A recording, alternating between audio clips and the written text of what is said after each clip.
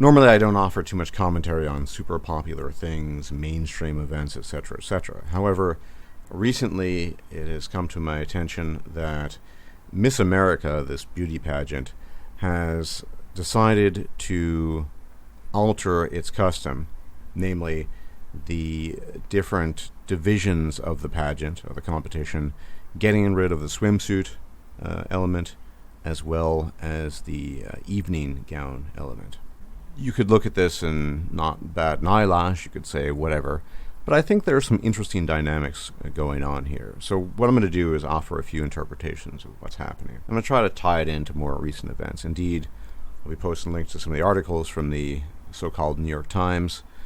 I say so-called because increasingly that screed is completely unreliable in just about any matter. It's very ideologically loaded. That Me Too, the Me Too movement, in air quotes, is referenced. Now, of course, a lot of this is being done under the umbrella, the rubric of cultural progression and advancement and the standard feminist claptrap. I don't really think that's terribly interesting per se. We already know what's thought about that and what people say in the mainstream. But there are a couple of things that I want to observe. One of them is the notion of competition in general, and there are different types of competitions.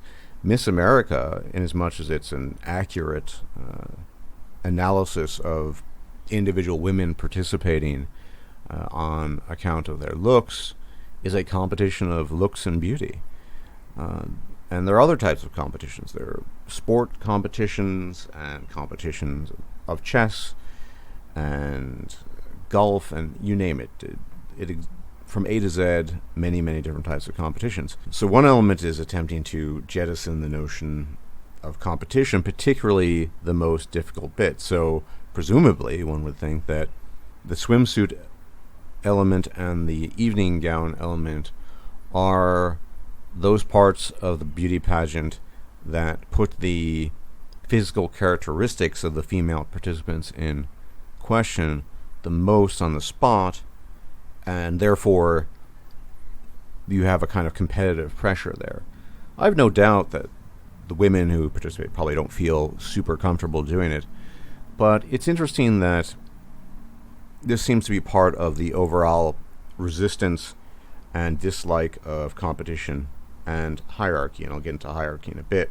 And this is actually something that I agree with, say, Jordan Peterson, that hierarchies are kind of necessary, and yet they can be horribly unfair, no doubt.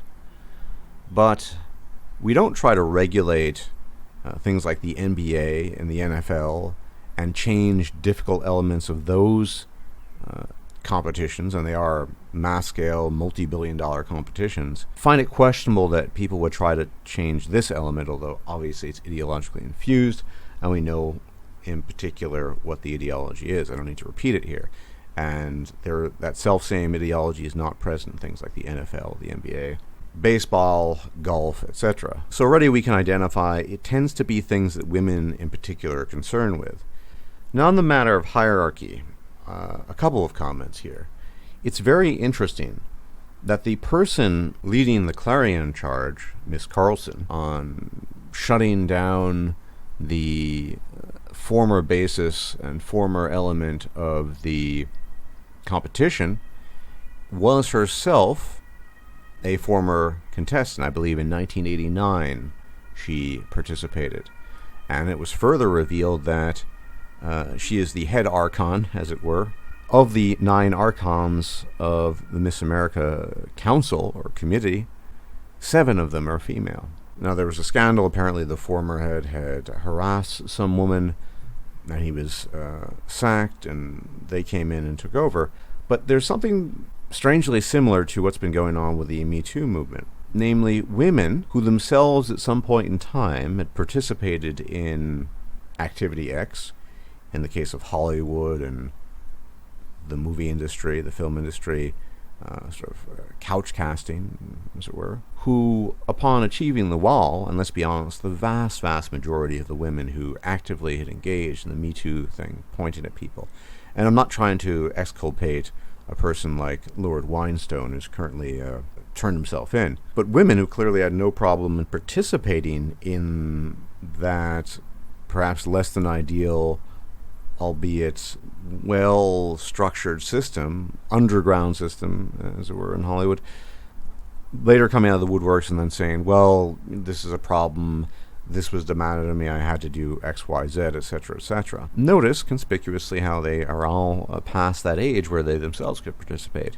And in the case of the Miss America pageant, it seems pretty clear that the head, Miss Carlson, the woman who has taken over, who participated in 1989, said that it was just no longer appropriate to judge the participants, the female participants, on their outward appearance. Now let's get back to the notion of competition. Different competitions are judged on different criteria, and these criteria can vary. If you're a basketball player, the criteria for you are going to be quite different from the criteria for a beauty pageant, or a female beauty pageant, or golf, or playing chess, etc., etc. Different people have different skills, and they have different aptitudes. The idea that Miss America should be about really anything apart from appearance, because that's basically what it was always about, is kind of silly. Are they going to create a Brainiac Award? Are they going to judge the participants on their GPA from high school? I'm very puzzled as to what they're going to do. And this seems to be a recurrent pattern. Every time, frankly speaking, older women get involved in these types of things, they have a vested interest in, well, shutting it down to the degree they can and reforming it, air quotes, reforming it, into something that they deem is more appropriate or culturally conducive to the current year.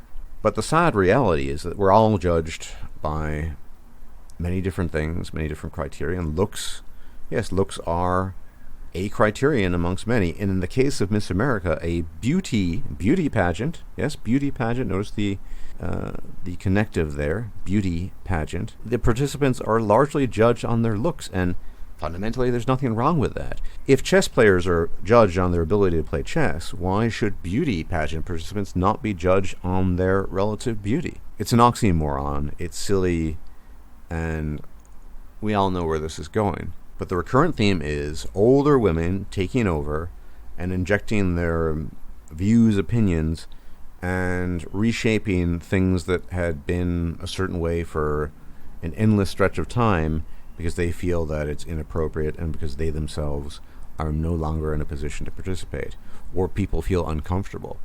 Imagine the discomfort a professional football player or any professional athlete might feel at times, being stressed, underslept, etc., having to do what he has to do. Nobody's relieving that guy's pressure.